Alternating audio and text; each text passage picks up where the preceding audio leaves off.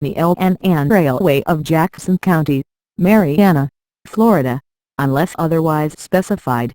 Photos downloaded from, and used by permission of, Florida State Archives. Created by Hugh Roundtree.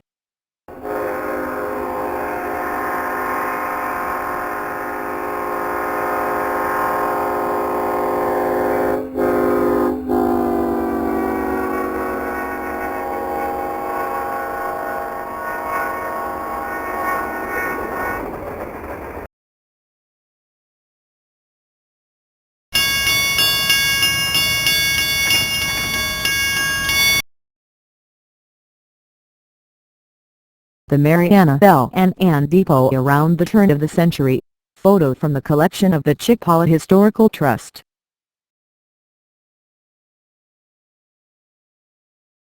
The Mariana Depot photographed in 1963 and before closure.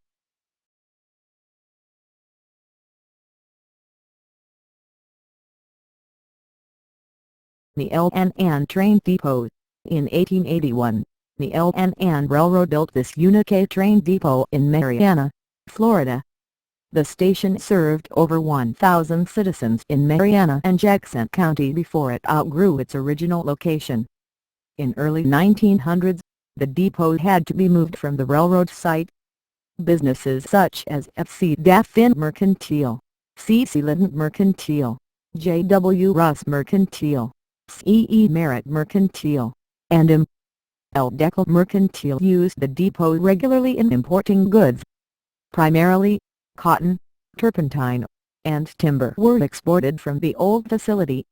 The depot was the entertainment for many of Mariana's citizens. Mrs. Frances Dickerson of Mariana nostalgically remembers spending many Sunday afternoons watching the trains whistle in and out of this historic landmark.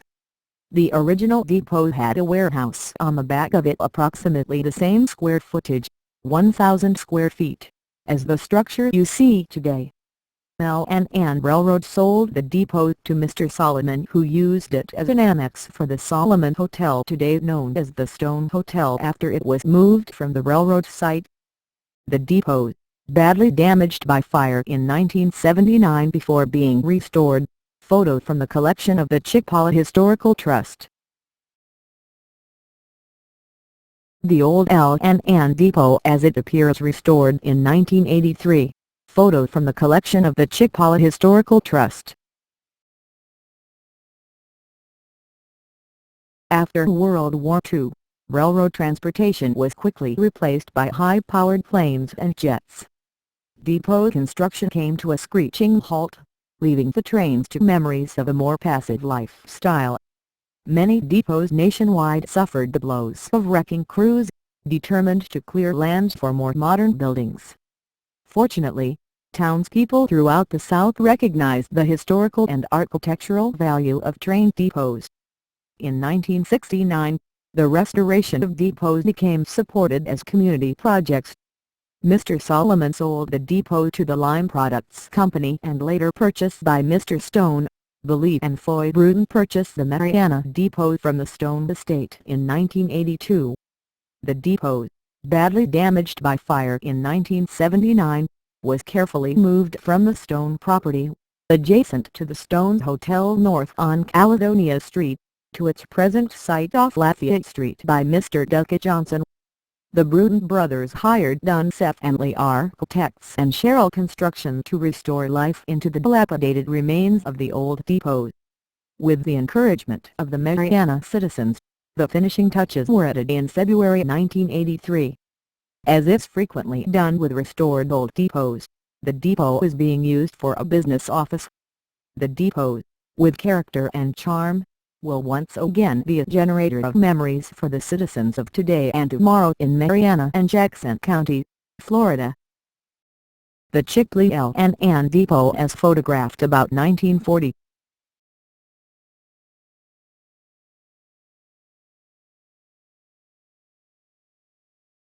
The Chickasaw L&N Depot as photographed in 1963.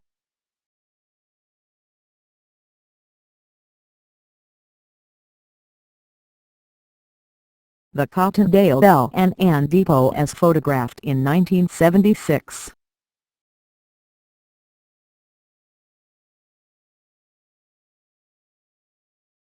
The Cottondale L&N Depot as photographed again in 1976.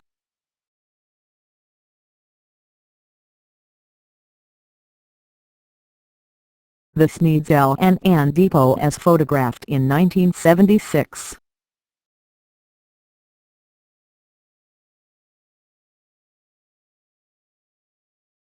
The Pensacola and Atlantic Railway first came about when it was chartered on March 4, 1881.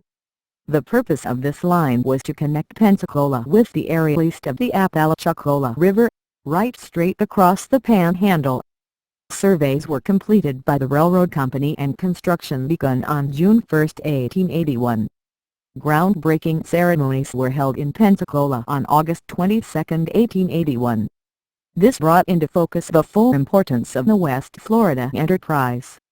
It also made clear the relationship of the Pensacola and Atlantic Railway with the Louisville and Nashville Railroad, which was operating the original Alabama and Florida Railroad and subsequently the Pensacola Railroad route into Pensacola from Flomaton, Alabama, which was 44 miles to the north of Pensacola.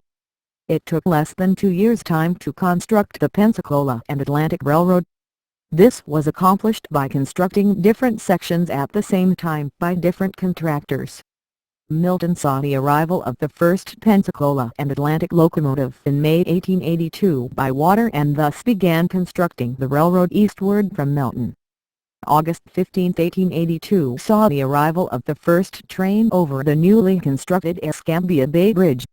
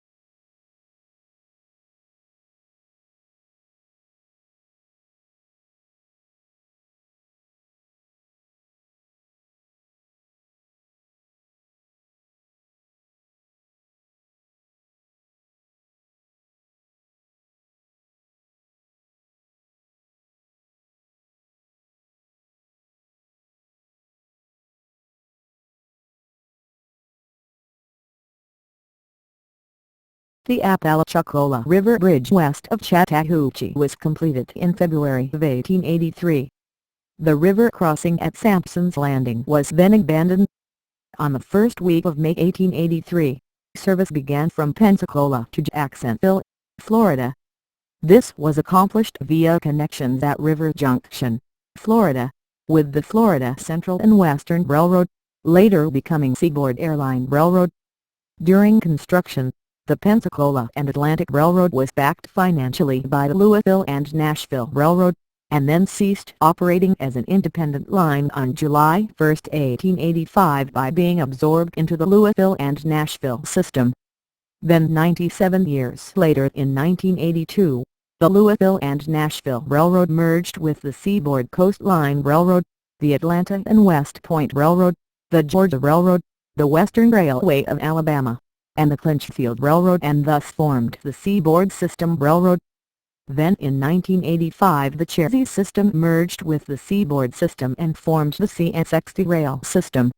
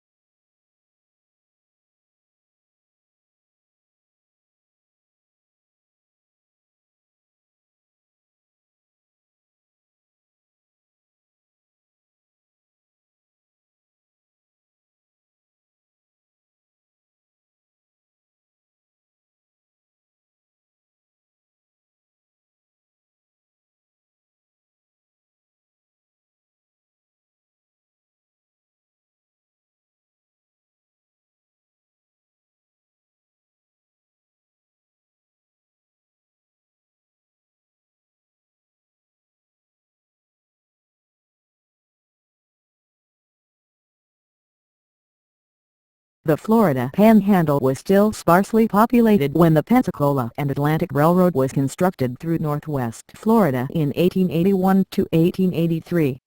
There were only two areas of the Panhandle that warranted a depot, and they were Milton and Marianna, Florida. But as other people moved in to settle the wildlands and traffic began to increase, then other depots were quickly added. In the first additional years, 16 more depots were built. There were 6 trains a day calling at Milton when passenger service peaked in the 1920s. Since the advent of the automobile and airplanes being heavily subsidized by the government, passenger service began to go into the red. There were only 4 trains surviving in 1967 when the Louisville and Nashville, along with other railroads, lost the mail contracts.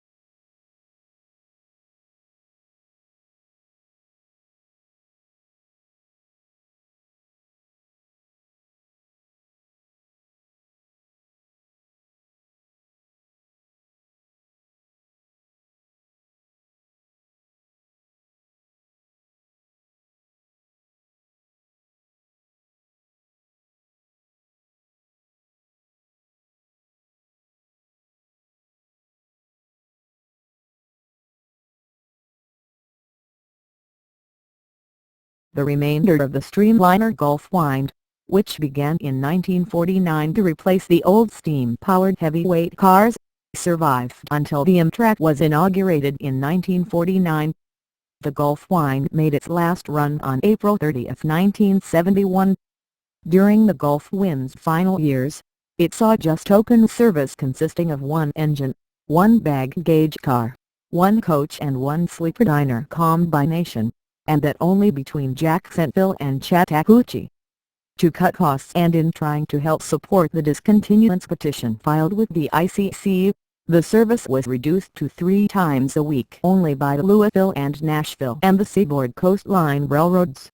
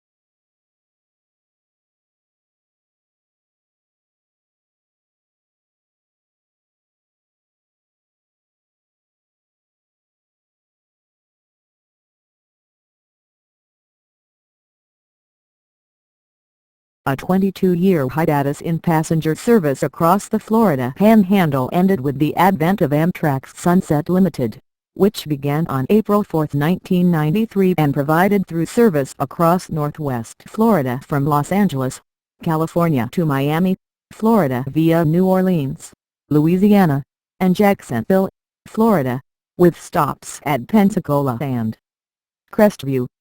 Amtrak's Sunset Limited and passenger service in Northwest Florida ended in August 2005 when Hurricane Katrina destroyed the main line along the Mississippi Gulf Coast.